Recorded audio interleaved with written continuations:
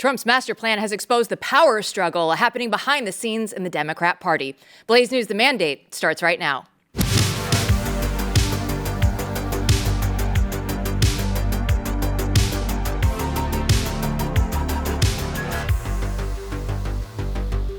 Welcome in, everyone. I'm Jill Savage, joined as always by Editor-in-Chief Matthew Peterson. Happy Thursday.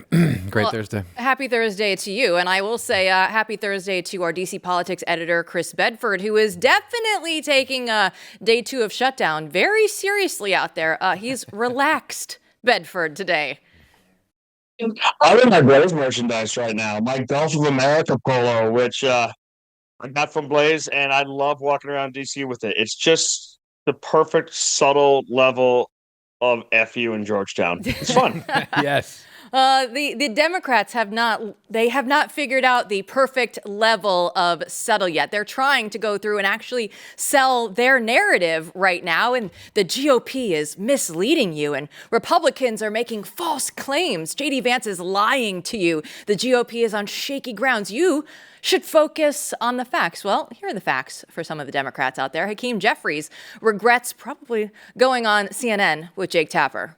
Donald Trump blessed it as well. So let me ask you about a provision that the Republicans are talking about quite a bit. I know you want to talk about, and Democrats want to talk about, extending the Obamacare subsidies, which expire at the end of 2025. But they talk about the provisions, and it's right here, subtitle E, and this has to do with the repeal of healthcare subtitle changes, and specifically what it is. How they characterize it is you want to give health insurance to undocumented immigrants. I understand that's not really an accurate depiction, but what it does do is... It's a lie. It's a lie, but what you support does bring back funding for emergency Medicaid to hospitals, some of which does pay for undocumented immigrants and people who don't have health insurance. And also there is this provision, and it's not about undocumented immigrants, it's about people with asylum seekers and people with temporary protected status, et cetera, but about their ability to get Medicaid. So they're non-citizens, they're not undocumented, they're not illegal. Why even include that in a bill knowing that they're going to seize right upon that and use that to message? I understand. What world are we living in? Is Jake Tapper actually on our side because he's utterly destroying the Democrats' fake narrative that they don't want to fund illegal immigrant health care? But this is not a new Democrat agenda. This has actually been in their plan for years. I haven't heard anybody in my party saying that illegal immigrants should get access to the health insurance marketplace. I'm so glad you said that. Actually, I have some tape of your Democratic Party members saying this on the debate stage. So they've all said it. Let's play the clip. A lot of you have been talking tonight about these government health care plans that you've proposed in one form or another. This is a show of hands question, and hold them up for a moment so people can see. Raise your hand if your government plan would provide coverage for undocumented immigrants. Senator, that's literally every member of your party, from moderate to more progressive, that have said that in the past. I absolutely love this. One, the fact that they were still going through, just a round of applause for everybody back there on stage in 2019. And now they're like, no, it's not. And Jake Tapper, Matt, what is happening right now? Jake Tapper is on our side. Like, this is actually Republicans going out there and showing what winning looks like. Yeah, it's when you win and you have the truth on your side in such an obvious way. What's happened is they've been backed into a corner. The Democrats have been backed into a corner. So when they're backed into a corner, they have to do these bald-faced lies. And at that point, you see the momentum, and you can see someone like Tapper just asking an obvious question. For once, you can't lie all the time. And when they're backed in a corner like this, and they start having temper tantrums, and they start with just ridiculously denying reality. Reality is biting them back, and it's a beautiful thing to see. This is what winning looks like. That's exactly right. So, Bedford, if we look at the Democrat version of the CR bill that they are asking for, the health care for the illegals, it's right here. It says alien Medicaid eligibility, and you can see it. It's highlighted. This is the Democrat version right there, and of course they're going through and we don't want this. Well, you do, because it's written right there. And then if we look at the whitehouse.gov has this up with if you combine illegals and non-citizens, That's the healthcare that you see first. And then the next bar that you see is the children's healthcare costs. This is over a 10-year period of time. They're roughly the same amount, Bedford. It's $193 billion over 10 years to $195 billion. So illegals plus non-citizens is the same amount, basically, as they want to do for the kids in the country. And yet Democrats are trying to sit here and gaslight us and say, no, no, no, it's like JD Vance's fault. It's the GOP is lying to you. I mean, what a blast from the past that clip was from 2019. I remember covering the New Hampshire Democratic primary. Eric Swalwell wasn't there.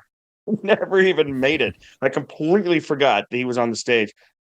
But also remember thinking back to one of the reasons that Democrats got behind Joe Biden, who no one was behind at first. He didn't do well in Iowa. He didn't do well in New Hampshire. He was on his way down to South Carolina. That was supposed to be the end of him, and it changed. And one of the reasons they did that was when they said who would want to decriminalize border crossings. He was the only one who didn't raise his hand. Every other Democratic candidate on the stage was a full-blown radical on this issue. So you look at this, you look at the record, and they're just gaslighting. And you see that Hill coverage and other people saying, like, listen, the Republicans are on shaky ground. That's not true. Listen, I've been talking to the Republican guys through a couple of shutdowns. They've launched a few. When you're the minority party, you're on shaky ground. You have to be lying to yourself. And by the time it actually happens, by the time you move from planning to actually happening, you are the dog that caught the car, which is what I called my Beltway brief earlier. You don't actually know what to do with it. Because what a shutdown is useful for is a negotiation tactic. It's, I'm going to fight to the brink. The Republicans would always complain, Republicans like to start the ball on their own end zone as opposed to the 50-yard line. We're going to start it on the Democrats' end zone and try to force a shutdown and see what we can get. But once it happens, you've lost because there's no way out of it except for surrender, which is essentially what always happens after a period of pain. So Democrats now are embarrassed. They're trying to memory hold this whole thing. Remember when they went with that attack line that it was actually Republicans who were defunding the police? Well, this is another example of that just full-blown gaslighting because the memo went out. Don't talk about this. Don't talk about this.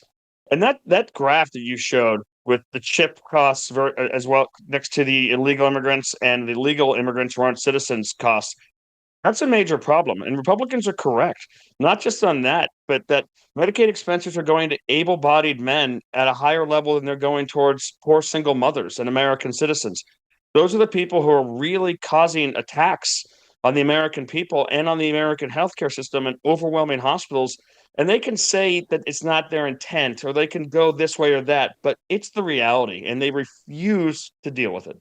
Well, yeah, the Democrats are in complete disarray. I want to take us back to something that we showed yesterday. AOC, she was going through and saying, no, come at me, negotiate with me. Watch.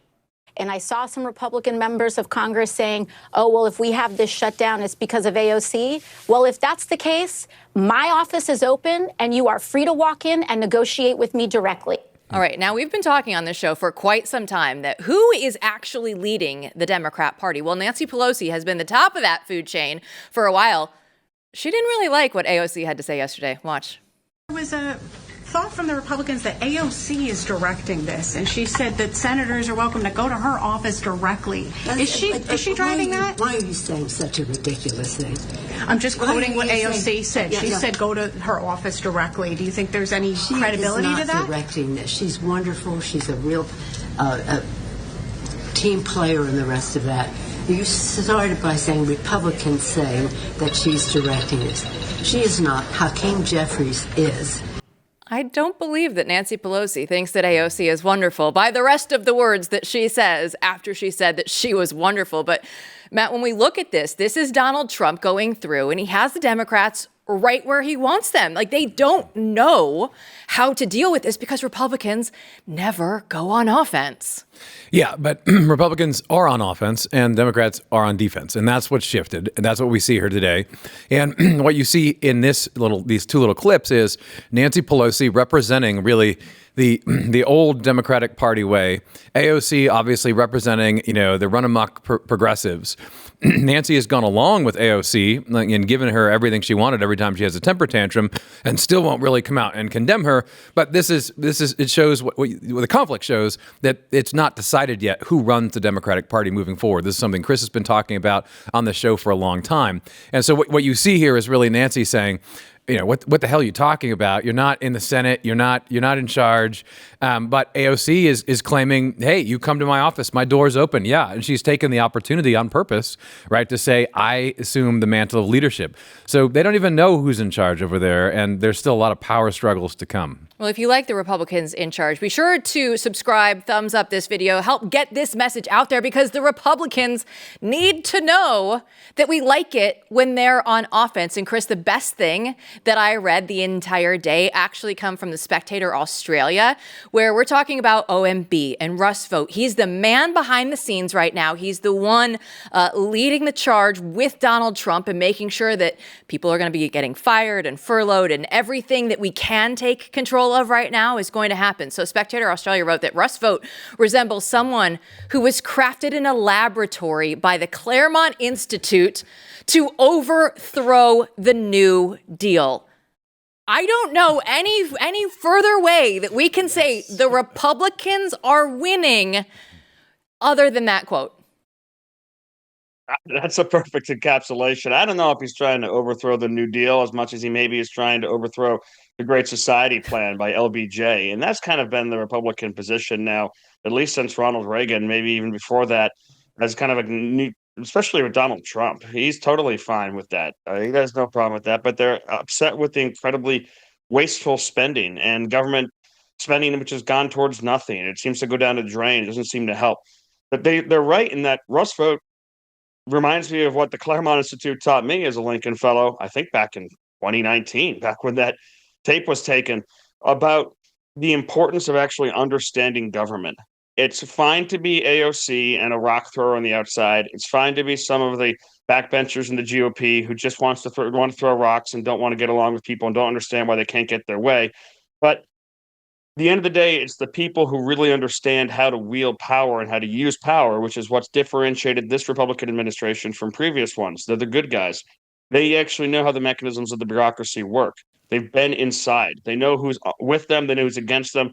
They know that they can't simply give out an order and know that it'll be followed through. They actually have to execute along the way. They know where the blocks are. They've come up with the plan. I remember after the first Trump administration talking to Russ, who used to have an office right next to us, and saying, I sure hope that some of the people who are in this first Trump administration are writing down the lessons that they learned, writing down what blocks they face, trying to come up with a plan for what they would do if they ever actually came back into power. And he was working on it actively. I know he got attacked for being a part of Project 2025 in some ways, but he was an active participant in trying to come up with, if I'm ever director of the OMB again, and I've got a couple years, 4 years to think about everything that went wrong and everything I would do differently, what would I do? The thing, though, that I think that some folks aren't quite getting is he is still kind of a chip in Donald Trump's negotiations. He's the bad cop. Trump's trying to be the good cop. Like, listen, this guy over here, he wants to come in here and tear apart your bureaucracy. I don't want that. You don't want that. But hey, there's only so much. You gotta give me my money to run this government, or I'm gonna let this guy come and he's gonna take your money in another way. He's gonna go at your employees in another way. So he sells kind of like a nuclear button that Trump's able to hit, or he's able to fire cruise missiles bit by bit like he's been doing. I'm gonna take your tunnel funding, which has been an obsession of Trump's for a long time. It's not just a shutdown tactic. I'm going to go after some of the programs that you're doing in these states. I'm going to go after your infrastructure. You're going to feel the results of this shutdown in the way that Congresswoman AOC, representing New York, representing an illegal immigrant trafficking, prostitution neighborhood center of the country, doesn't actually have to deal with. The governors have to deal with this. The senators have to deal with this. And if there is one way the AOC is running this, I think that Chuck Schumer is afraid of a primary from her. And he's afraid of his own party, and it's people like her that threaten him. May they continue to threaten him, because that's good news for everybody, I think. I think it ultimately destroys them, but we'll see. The great thing about this, as you point out, is the competency is being held as a weapon, right? I mean, it's the fact that, as you lay out, Russ Vought is competent. He understands how this works. He's thought about how to get the job actually done, which means understanding the inner workings of how government operates. He knows that. And it was hilarious. Like you said, 2025. I mean, it was hilarious to me when Trump himself, right, referenced Project 2025, which became a thing, during the campaign. They wanted to back away from it. They didn't like Heritage going out and raising money on it. It's a sort of ridiculous little spat that occurred. But to see Trump, now come out and say, you want Project 2025? I'm going to give you Project 2025 if you don't back down, was absolutely hilarious and another sign of the winning. But another sign of the winning was JD Vance just taking people to task. Like, the messaging here is unbelievable. So you see everyone coming together, the super friends coming together and really hammering out to the left. So our friend Wade Miller was retweeted by Vance on X, and Vance went out and just explained the simple principle about how money is fungible, right? I mean, I love the way he just clearly explained this. What money is fungible means is that you give them money for one thing, and they're going to go and that enables them to spend money on another thing. And he laid that out. You give a mob boss, $100 and say, you got to spend this on food and clothing, right? And they go do that, and they have $100 they can spend on guns because you gave them money for that. That is the way to think about all of this, folks, because you see Vance here, he's reframing everything, saying, you guys go in your blue states and you spend money on all this crazy stuff. We disagree with that. You are the enemy, and we're going to call that out. And that's a beautiful thing to see because, of course, all these states are being propped up by the American taxpayer and federal funding. The only thing that post was missing was like a welcome to my TED Talk at the end. That post was so long. He was going through everything. But this, guys, is what winning looks like.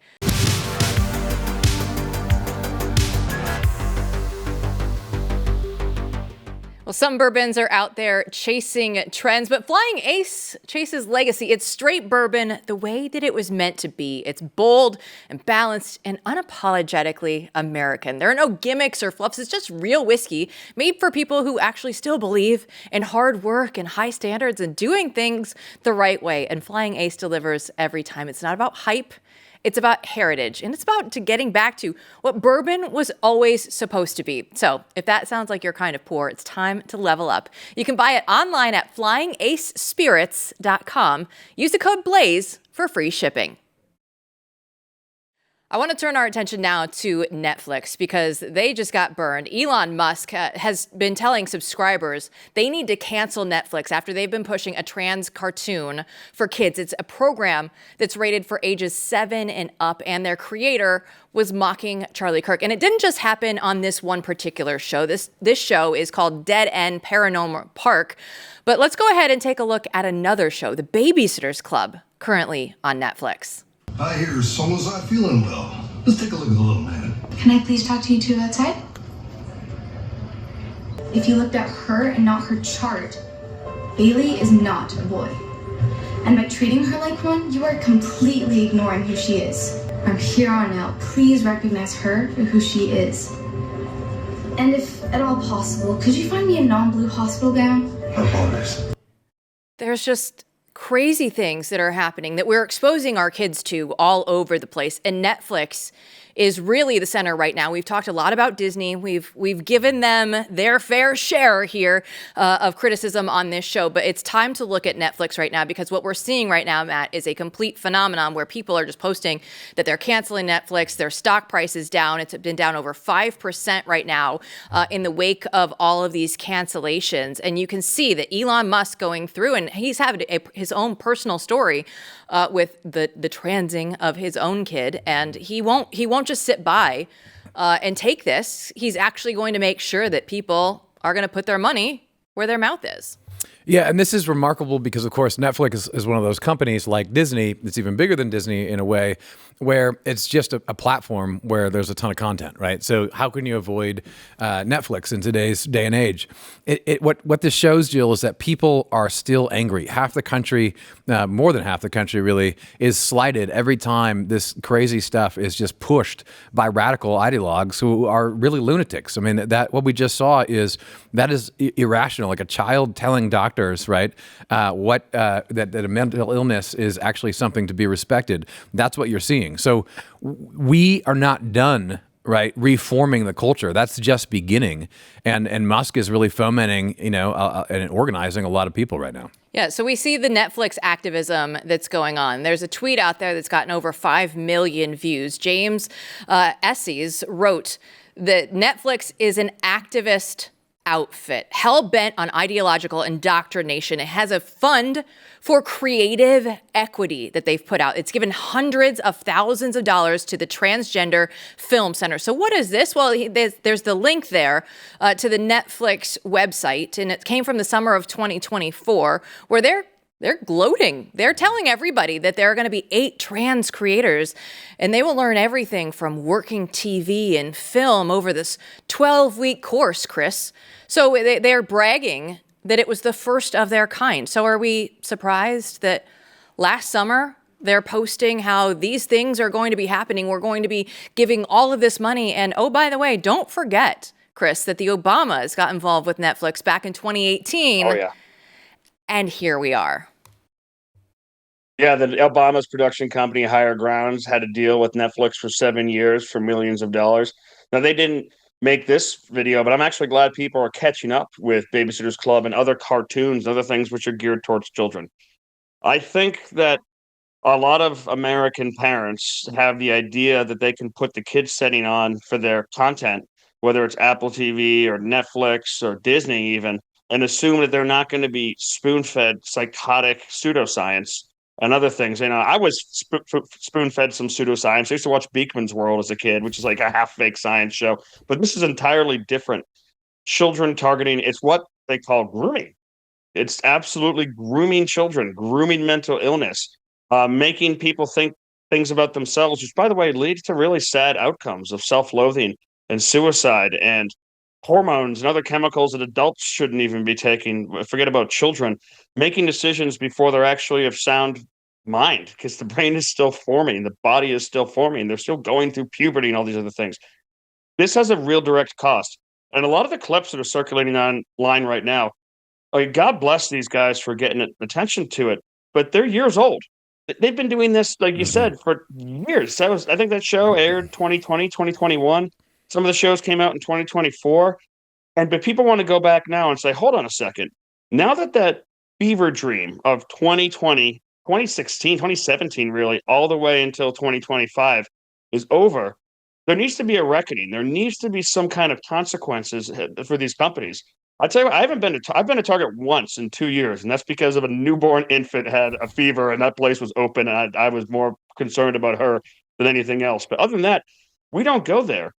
They're not just changing their logos to rainbows. They're not just going through the motions. They're actually actively working against the American family, American parents, Christian values, American values, Arab, Muslim values, whatever values you want. They're going against the values of people who want to protect their kids in a way that's really insidious. So there should be a reckoning. There should be people held accountable. And I'm glad we're getting rid of this kind of merciful but also toxic American tradition of just saying that's in the past. We're not going to deal with it. We're not going to go back and look at the people who are guilty, and saying folks need to be held accountable, and the only way to do it is in their pocketbooks. Yeah, and this cancel Netflix move, Matt, is something that we've been talking about on this show. It's not just things that are happening, right? We need to fix the school systems. We know this. There are a lot of things that we talk about in government.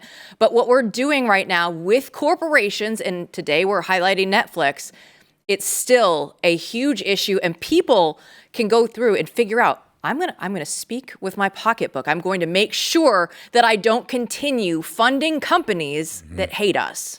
Yeah, you need to look. You have to stop funding companies that hate you, right? I mean, that's the bottom line, and you do have the power to do that. What they're doing is they're hijacking your dollars, right? And you have more power over this than you do the federal government.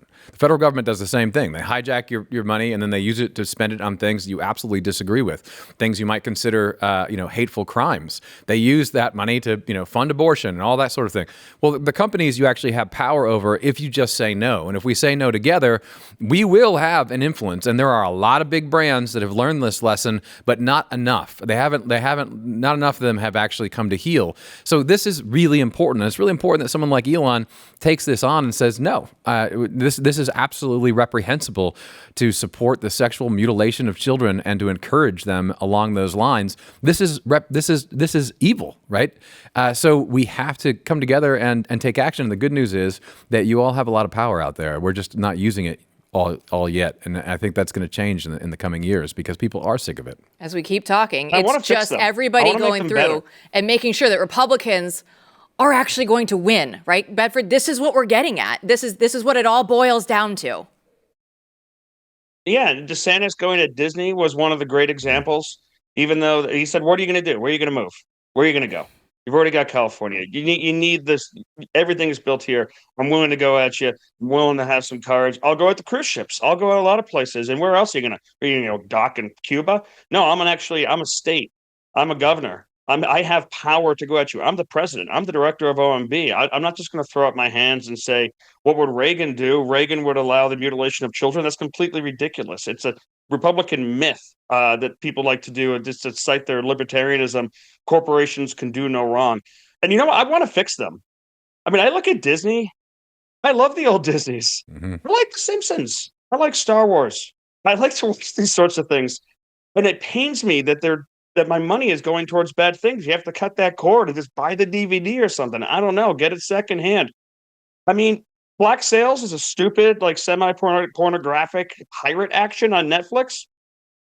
It's kind of fun to watch when you want to turn your brain off. It's ridiculous, but you actually have to hold these guys accountable. And I tell you, it can be painful because I do like some of these series, but when you're going after people's children, enough is enough. Enough is enough. That is absolutely, that's what everything about today's show is saying. Enough is enough. And Bedford, I do want to point out the Gulf of America shirt that you have on. You would make it onto Air Force One. You would not be the AP getting left off of Air Force One. You can go into the White House briefing room. Donald Trump will let you in. Oh, absolutely. I got my press pass. I'm ready. And actually, this evening, right now, our own Rebecca Zelko is at JD Vance's house. He's having dinner with the president of the United States. Hopefully we'll get some cool news out of that. But I don't know how close she is to the action because the White House told reporters, by the way, bring bug spray. So maybe they're outside the window just looking in. But God bless her and the good folks of the White House pool. And the way the White House opened up that pool to a lot of folks to actually come in and ask the questions and have access for the answers Americans are looking for. Yeah, Rebecca's been there for the last few days there in the White House briefing room, and she's been doing a great job as well. So I'll have to text her tonight and see how long that takes to get the reply when she's hanging out with the vice president. Bedford, thanks so much. Always good to see you. See you soon. When we come back, we'll have Julio Rosas on. He's been in the middle of all of the action with ICE, and even President Trump has been reposting him. We'll get his thoughts next.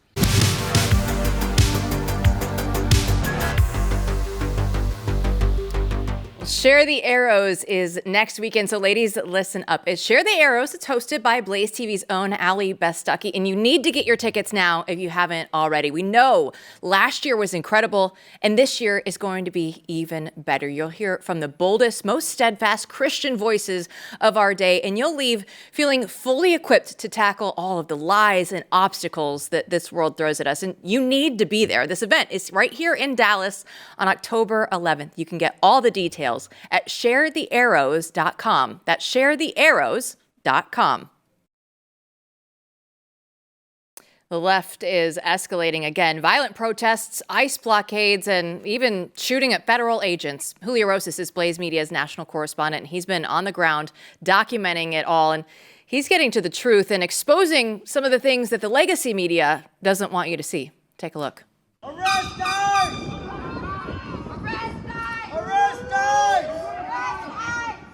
Shoot ICE! Shoot the Julio is now here with more. So thanks for the time, Julio. We always appreciate this. So Take us through these last few weeks and just what you've been seeing there on the ground, because we've been following these stories, but we haven't been there like you. I mean, it's just the continuation of what we've been seeing since earlier this year when it started in Los Angeles. And I'm not even referring to the riots in June. I'm talking about all the way back in February. And so this was predictable, unfortunately, because the protests that started, it was just to voice their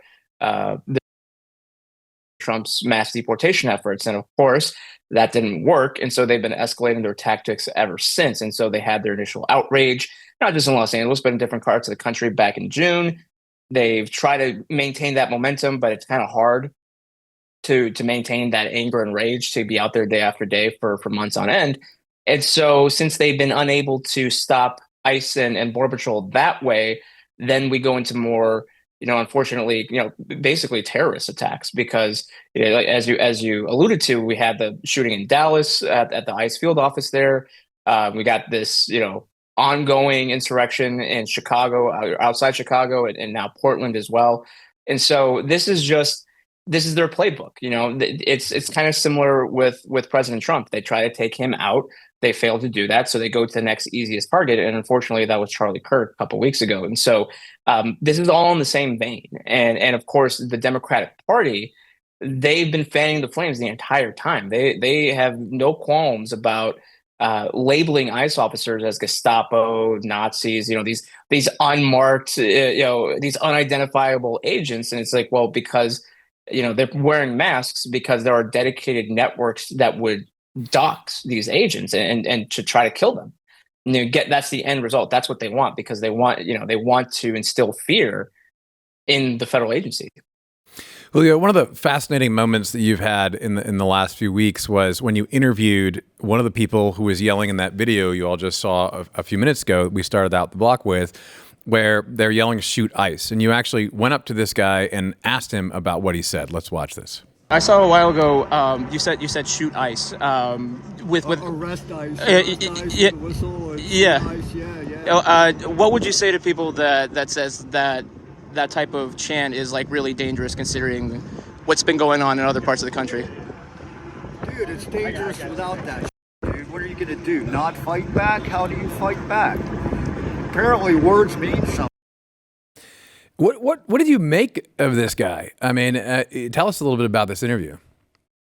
Yeah, it was interesting. I mean, we kind of struck up a conversation before he chanted that a little bit, and he's a bit of a goofy guy at first. That was my first impression, and then obviously it's more than that, because he was the one to lead the shoot ICE part of the chant. And then later on in the interview, I asked him, okay, well, so then therefore you believe that shooting ICE is a legitimate form of resistance? And he tried to walk it back. He's like, oh no, I'm here to like annoy them.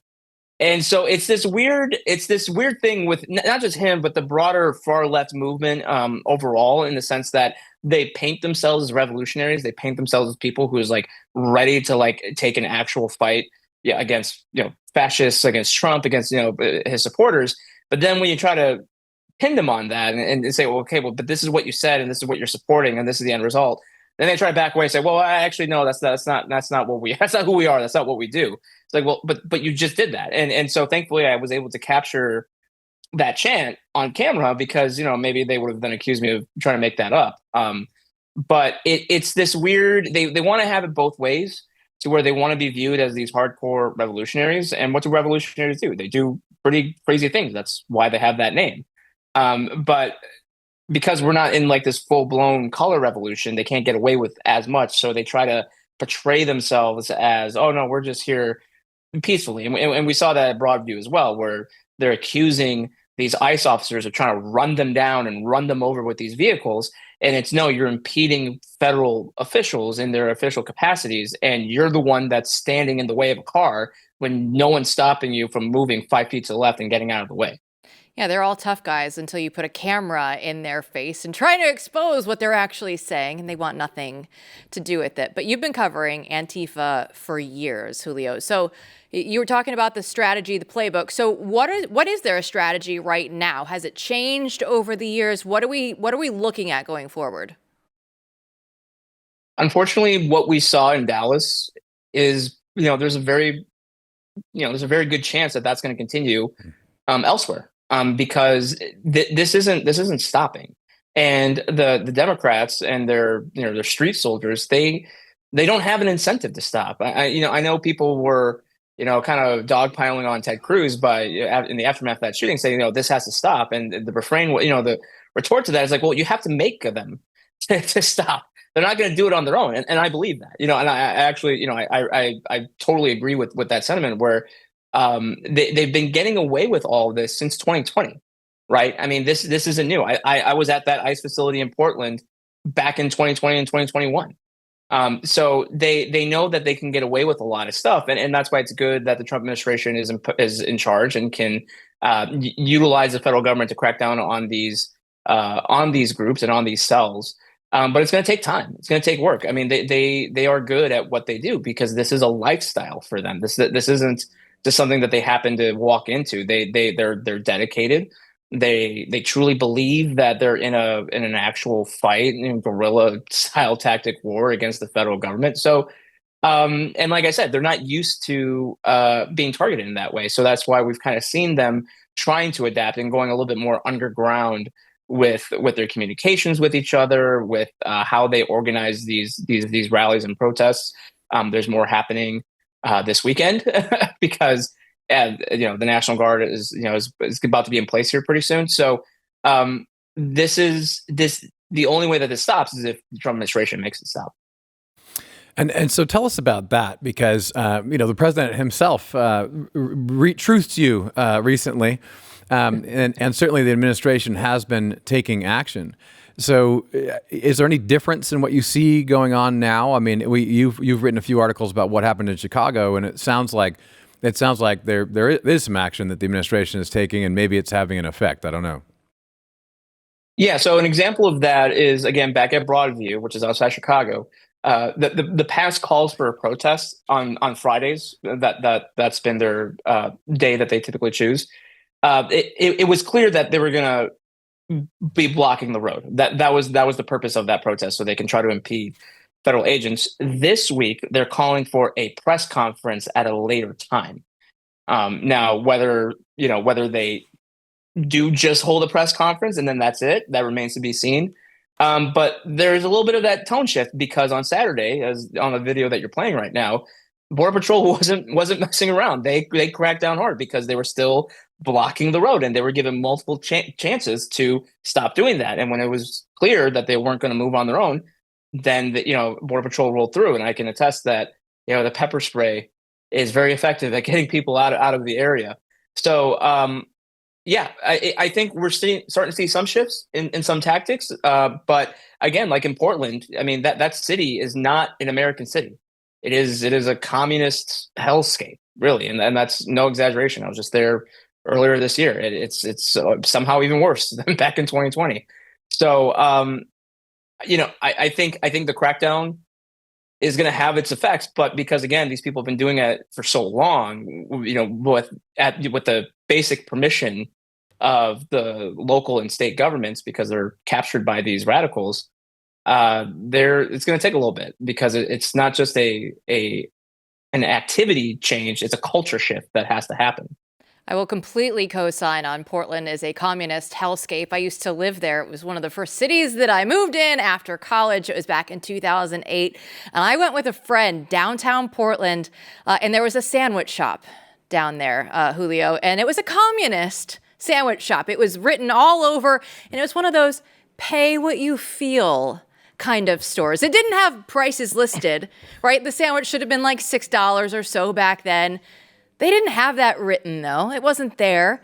Shockingly, I know it's crazy, the business didn't make it for that long because there are a ton of homeless people downtown Portland, and they would all just come in and they're like, I feel like paying $0. And yet this somehow, this city of Portland is in America. So we're talking about Portland. We've talked about Dallas. We've talked about Chicago. What are some of the other hot spots that people should be on the lookout for? Because we know, like you keep saying, this isn't going to stop anymore. This is only going to continue to escalate from here.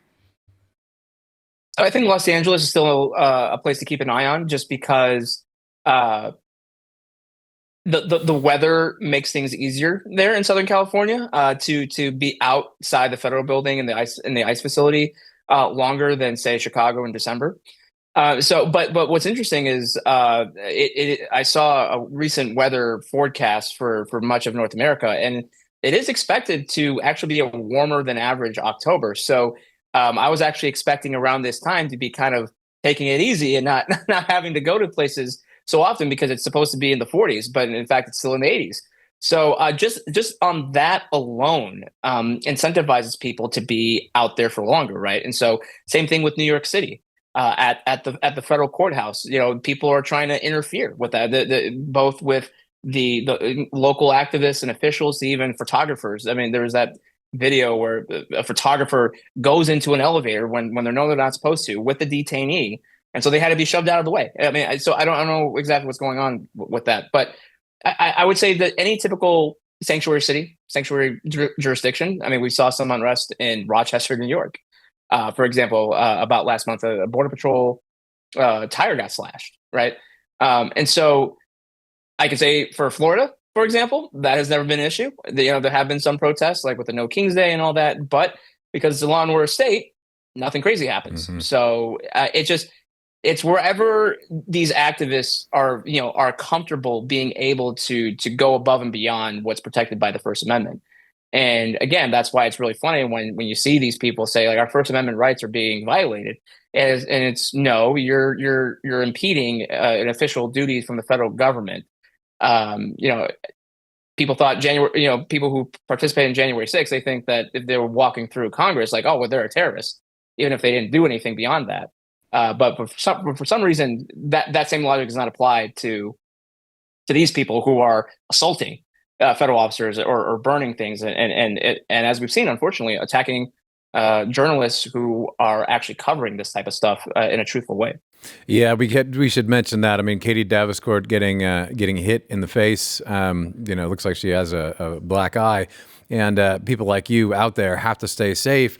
And it's hard to stay safe because of this escalating violence. I mean, I guess my concern is that, as you point out, in these states where they're not law and order states, they have leaders who are actively pushing what amounts to domestic terrorism, and we have people being murdered, at ICE facilities. So, last question I have for you is: have you seen One Battle After Another or heard about this movie? I went and saw it the other night, and it opens with a bunch of radicals who the whole movie's about going to what amounts to like a bunch of an ICE center with detainees and rescuing them, and using weapons to tie up all the ICE agents. It's basically like a lefty fever dream, and whatever the artistic meaning is of the film, it's unrepentant about this sort of revolutionary violence on screen.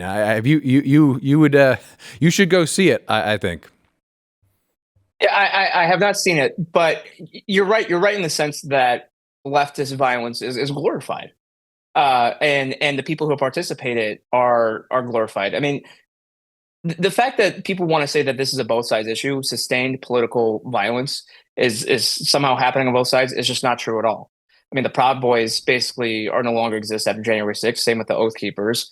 You have the Patriot Front that just shows up randomly and then leaves after they march. I'm not aware of them just rioting on their own. But what does it say that myself and a few other reporters across the country can make a consistent living off of covering leftist violence all around the country year after year? I mean, I've been on the road pretty consistently since October 8th, 2023, when it started with the Palestinian protesters and Hamas supporters, and now it's evolved into anti-ICE protesters and rioters. So that on that fact alone, that's why that talking point is complete and utter BS. But regardless, I'm not surprised that if that's how it plays out. I'm not surprised that it's being portrayed in a favorable light in Hollywood, just because obviously that's where their sympathies lie. So the way that I see it out in the streets is that we are in it for the long haul on this, on both trying to solve the massive border crisis and the issue of immigration and the reaction to that. Julio, we appreciate you being out on the road, getting it all covered for us there on the ground. Thanks so much. Of course. When we come back, canceling Netflix. We'll get your reactions next.